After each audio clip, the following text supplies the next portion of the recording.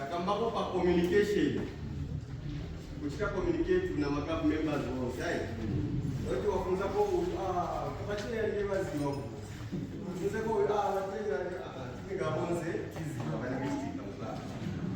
Documentation. Kufaka kwa mkulemba. Mkulemba very important.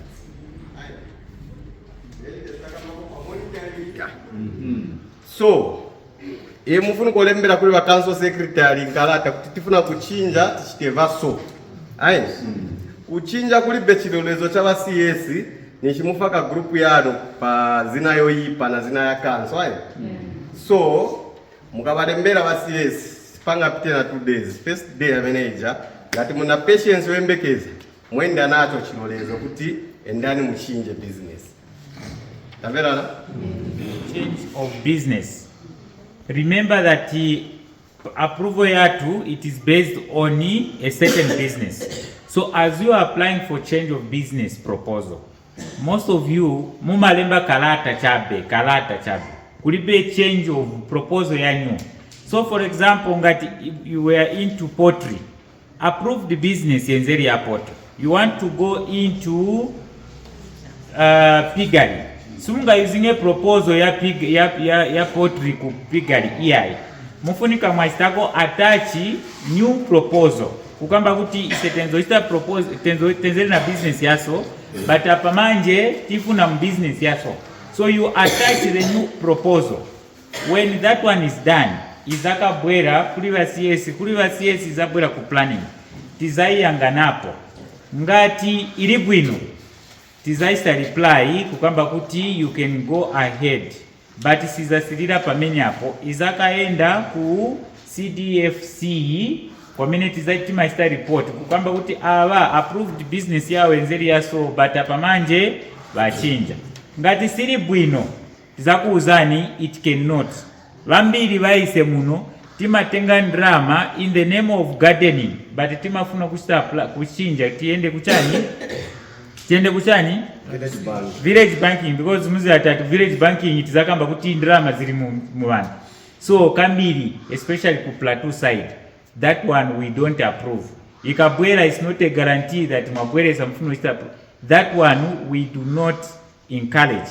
So ngati approve business yanu ni gardening or ni pottery, mufunika ma reasons mchitumchatu nchani zifu kwa zamene mufuno chinjira ni chani vanzatu wakuvale wakakamba kuti iyai because of apamanje ma animals ya paka, so lezo cha gardening waenda ku village banking, we understand manje imwe kuno kucha mtowa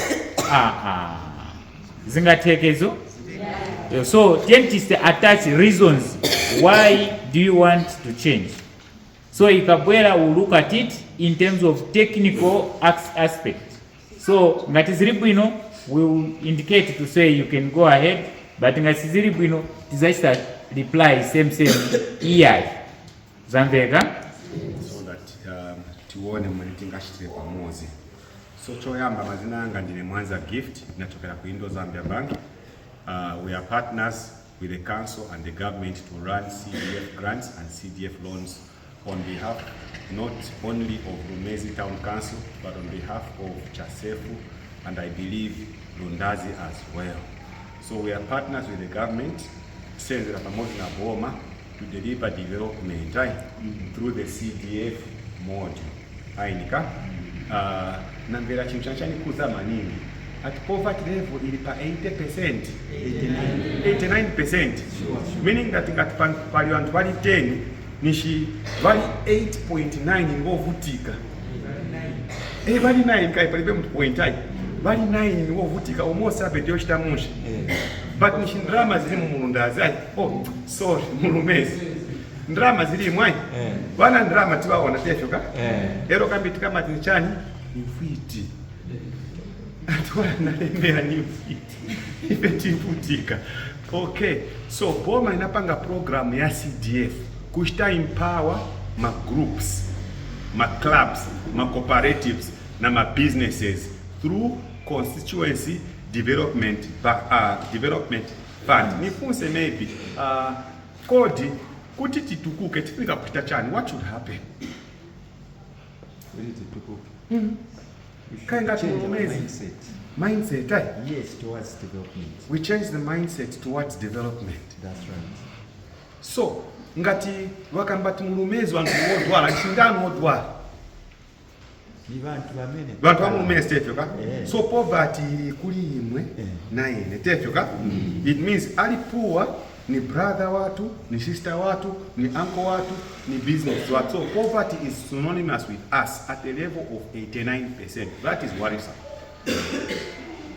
So if Zambia is actually developed, if ngatsakala nzipovutika wausiwa ni development yachitapa yatipita pa men's why it's passed through our eyes. Tambira kwa japedi kankana ya kuli development kuli basande changa ni kukitwa kujai. Alright, ku development kapani kuchirira bombwe, but if it's zero development ni chani. So we ought to apply ourselves to this program and manage the activities which we have proposed to do. Let me add to what the gentleman has said. My records from the banking sector now nativutika maningi kusunga my records mwachisanzo tachinja program kapepa kotalemba pakipela kuma receipt kulibe munakula kuti nkuku tinagula munakula zingati nakulira ndarama zingati ti believe ku bank is still believer ko believer ni kuti ku church haika ku bank tifuna chani evidence. So mukachinja project ife ija record yapa face wakambati muzasunga nkumba mukabweresa ya nkuku zafuna ma records ya chani ya nkuku ka next simu mena ika alright, my records are important. So kuli yo budget yanu ngati vitu vachinja mwagula mwafaka ko transport, attach the necessary documentation, right? Whether ni my receipts, ni my invoices, my quotations or my cash sale, attach so that all kuti simulipo but treasurer mwenda kumaliro muzagamba to endani kunumba mutenge file mwana akupaseni wazapeza bonse viliko sima mena ika izaziro ndorola veka olo simuna kambe ni mamen tefika nezo tunafuku nifakepo again ma group, ma clubs, ma cooperatives or ma companies.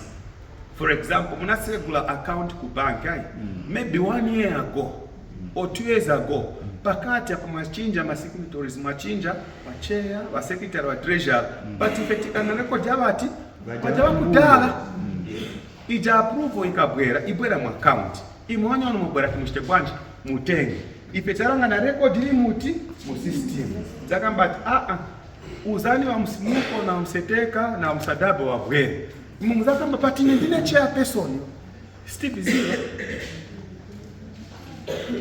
ainika we don't know. So let us keep records, my minutes, makalata ya council, ma form 1 ngatachinja ma signatories, ngatachinja wo signer awafunika kuziba.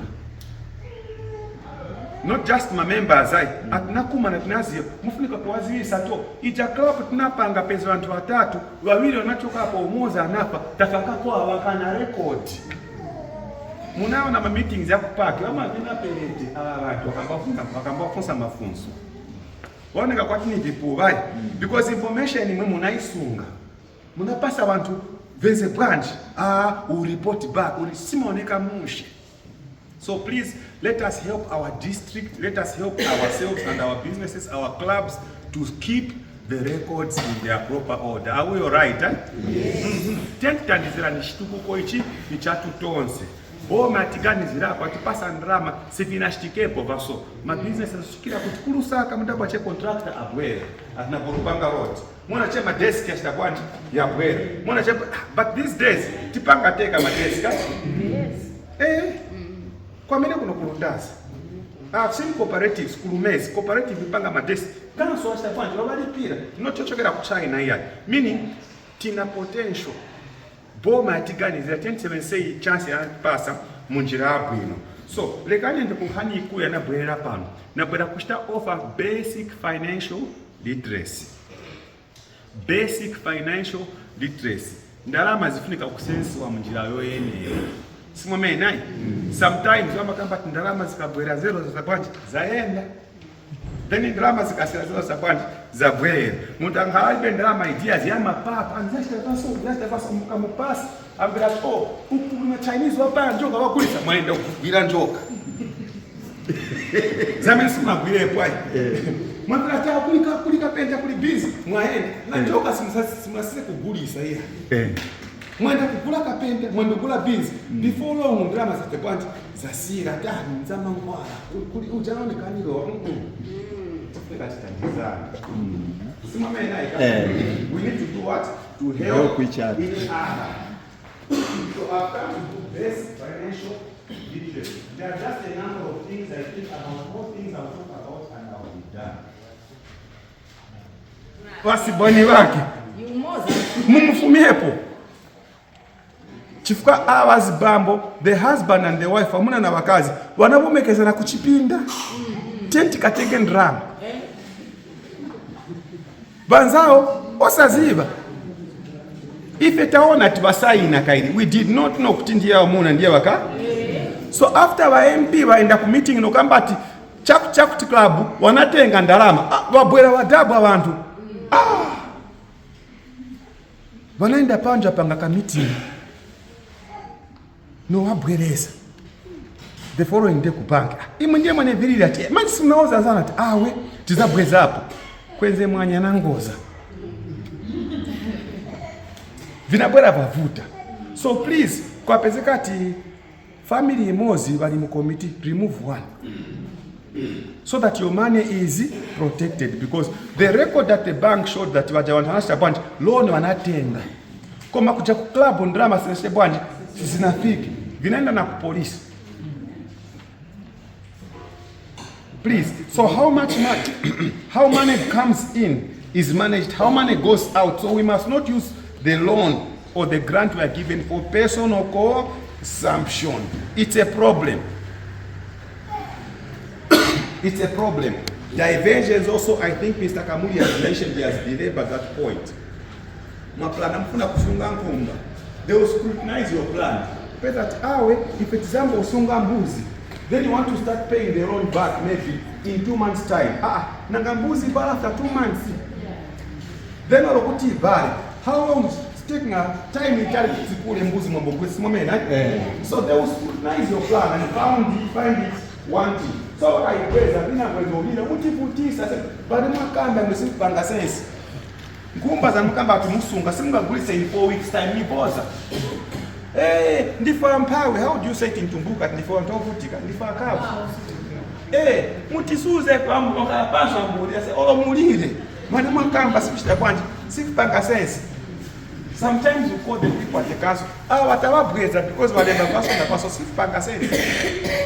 So we need to manage our consumption. So money when it is used for personal consumption, when you have taken a grant, when you have taken a loan, you set up yourself for disaster. Muzambo tab. Muzambo shtamuko na Madam Tina na Madam Yvonne matab. You escape. So let us use the money for the intended purposes. Kataka paper atipasa. The number one expense we must have is to do the proposed project. Simameneka? The number one expense choyamba is to do what? The proposed project. Not in a meeting, let us buy sausage, chips, shawarma.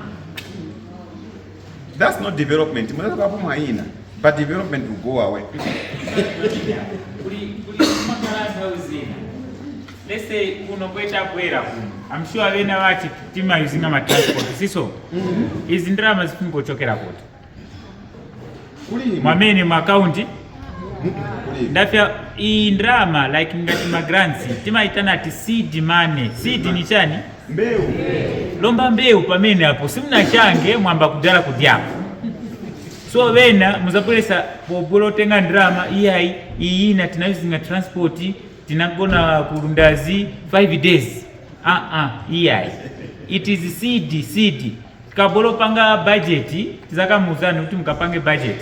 No tienda mu potri tizafuna kuti zonse zikaende kuma programs ya potri not tinaenda gona uku tenzopanga proposal izo tenti ziwe kuti ndrama izi ni seed money tizishange zikachoka lomba ndiye tizambo diapo machani mafruits yake yeah. Sinalanga ndine Mrs. Judith Piri Zulu, ndine CDF Chairperson mu Lumezi Constituency.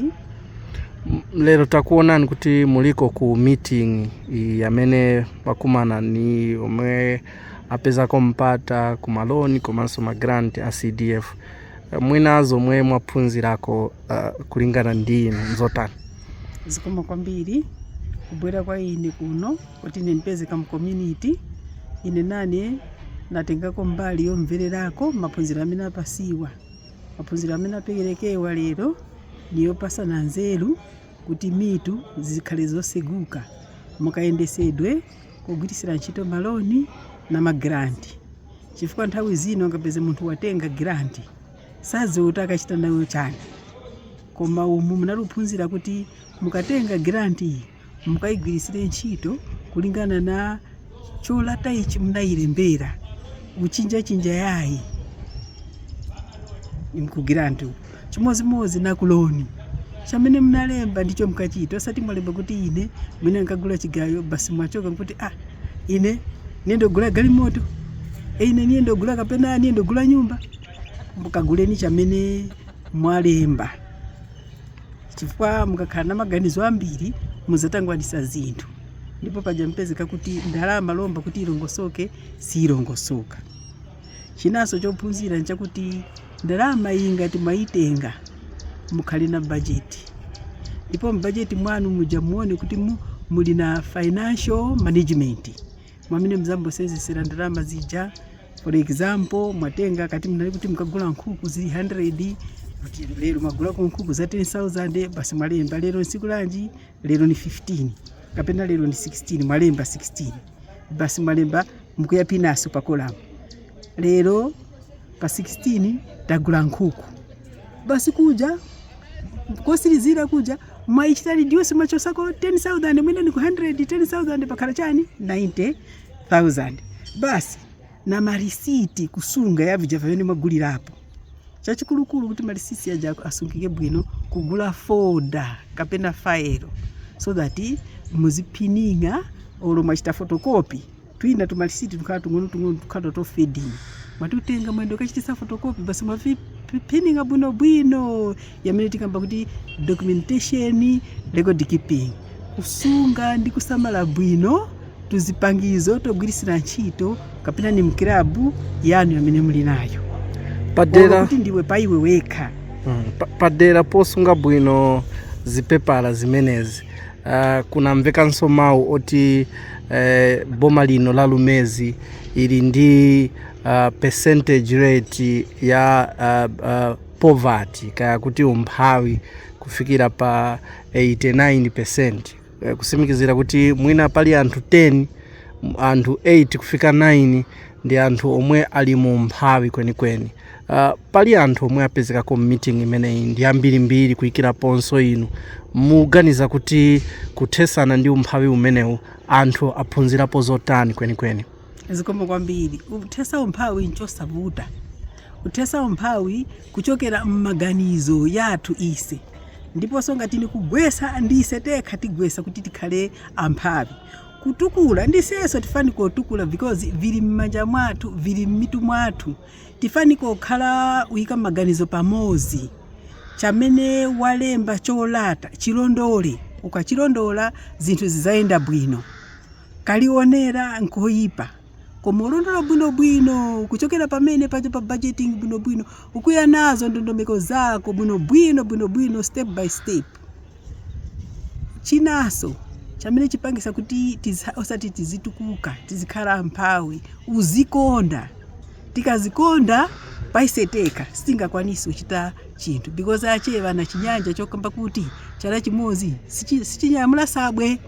Ndiye chifukwa chake ngati tili magurupu, a chairperson, a secretary, a treasurer, group yose vinthu uchitira pamozi, uyendera pamozi kuti pothera osati tiratane vyala, koma tikagwirira ntchito pamozi tizatukuka.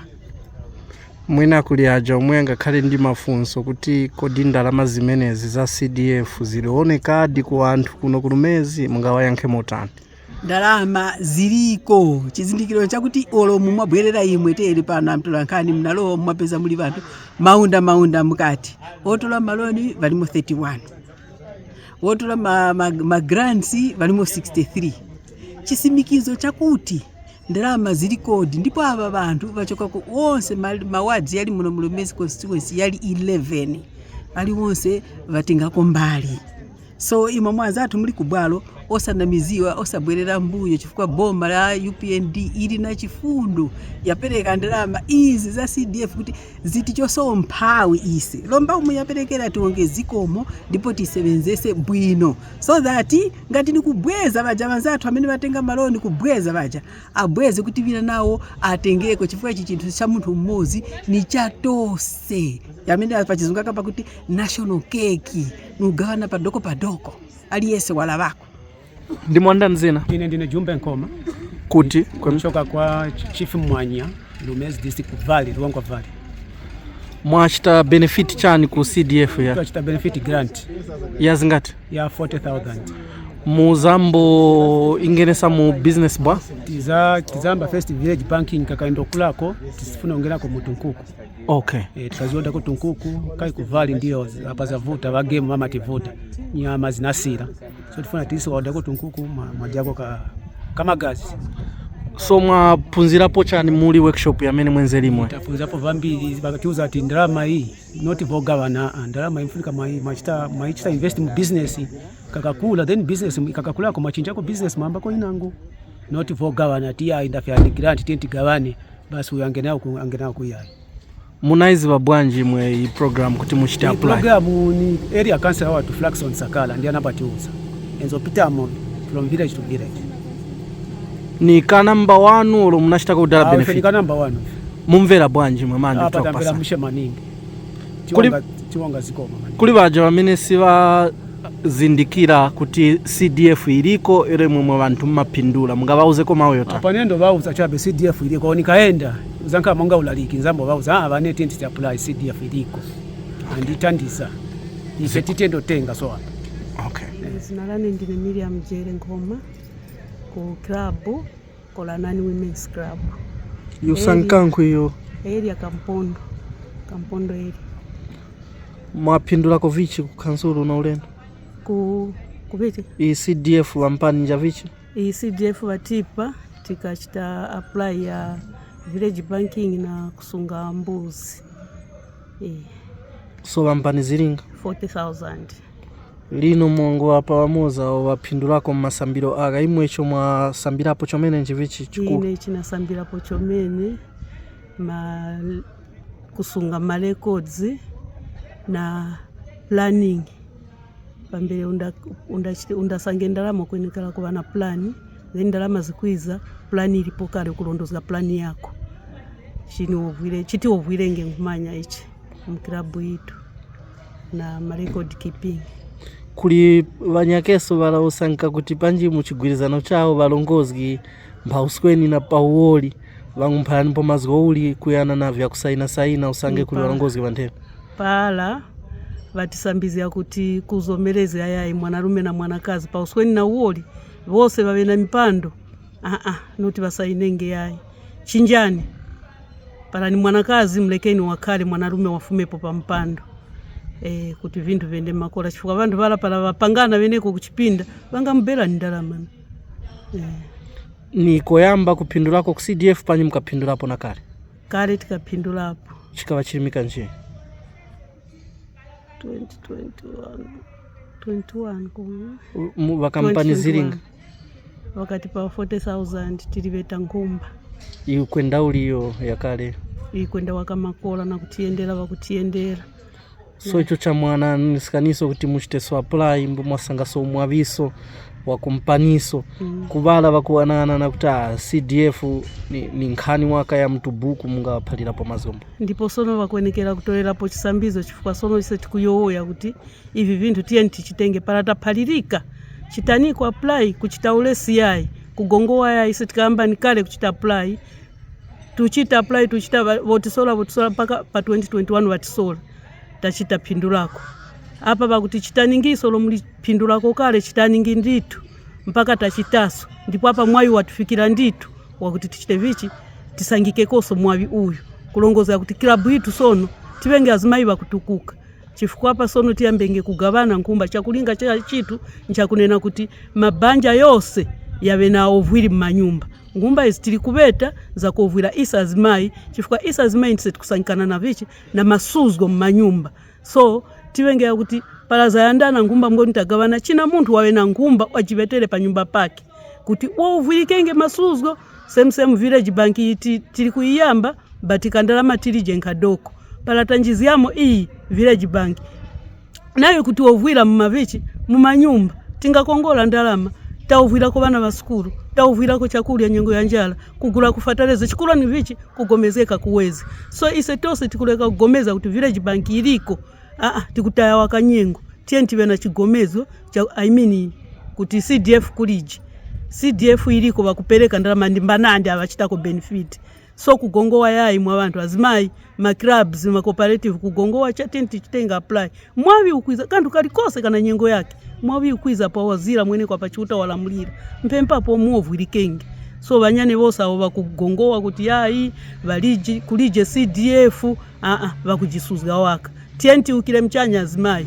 masuzwa makomo ndisa azimayi tikusuzgika so pala mkukhala wakakale chete kumanyumba palije vochitika ndi pa grupu ndipo pakufuma vichi bati ovwiri paiwe weka ungausangaya ovwiri wandeni tikusangira mu magrupu so imwe ndimwe balesi kujoina makilabu joinani makilabu muli ovwiri mu makilabu ndipo ningawewe yako nawo azimayi banyane kwali ni madoda kwali mbazimayi nawo madoda ujira bana sanje okanize azimayi kujoina mu magrupu ya nyao mwandu pala mukhala pamoza mukusambizanga na vindu vinandi chomene chila ukalekanga kumaya mpaka uchimayi so banarume namwe tayani anakazi vino vamasuleni vaiva kumasuka vakalenge pamoza na vanyawo ndipo uvwiri usangikenge paiwe weka nge ungasangika yaye vala vanyake vana magano wakuti ndalama izi zikuoneka sono panji chifukwa chakuti kuli by election muliko na mazo uli kwa yayi abo bakuanana kuti chifukwa cha by election anga 2021 kuka by election apatikapokelera koisa kukabevi aya 2022 bakabakoso banyaka bakachita vichi abakachita so benefit kuka by election yayi mbwe bakuchitaira wakanyengo ma by election ya mwezi umoza waka ndio banganena kuti ayifukwa kuli ma by election yayi bakuchisuzga waka izi ndalama zafumira mlandu wa ma by election cha ni ndondomeko veneko mubali kuipangira tieni tibike kwa wakazeru aikona kuganiza kuti yayi ni kampeni mwakuti mujikazi kenge mweka pavula. My name is Levin Jovu. I'm the proprietor of Lekag Enterprises, which basically deals in the supply of stationery, office equipment, and all computer accessories here in Lumezi, and we are also in Chasefu, right there at Emusa Sub-Center. What have you benefited from CDF this time around? I've benefited a loan, a CDF loan amounting to 200,000 kwacha. Okay, and I can see you are attending this workshop. Just kindly share with us the highlights. What is really your take-home message from this workshop? So the workshop that we are attending today is simply to give some basic information on financial literacy, and there are quite a number of things that we have learned today. One of the highlights of this workshop, or training rather, is on the issue of budgeting. I think this is one of the things that a lot of entrepreneurs and business people fail to manage very well. You find that they just do things anyhow without any proper budgeting, where they look at the estimate of the income and how they are going to spend that money. And because they do not have a budget, you find that a lot of them, they end up spending money which is meant for the business on consumption, maybe buying food for the family, or spending on girlfriends, or any other reckless activities. So budgeting is one of the things that we've looked at. We also looked at the issue of monitoring. Whenever you start something, you need to also monitor the progress that you're making as a business, or maybe as a club, a cooperative. you need to be able to tell after a period of time whether you are making progress or not. But in more often than not, we begin to see that people will just be investing money and spending, not knowing they are making losses. By the time they realize, they find that the business is actually folding up. Folding up indeed. What have you put in place other than what you've learned? Of course, 200,000 may just sound like a figure, but it's a huge amount of money that you have to repay.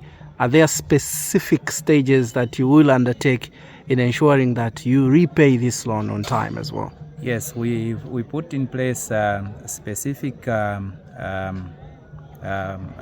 plans to help us to be able to repay the loan.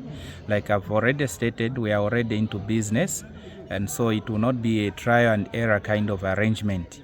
So it's money that we are injecting direct into the business, and then the business has got structures already. We've got employees, and currently we are intending to put more employees in place.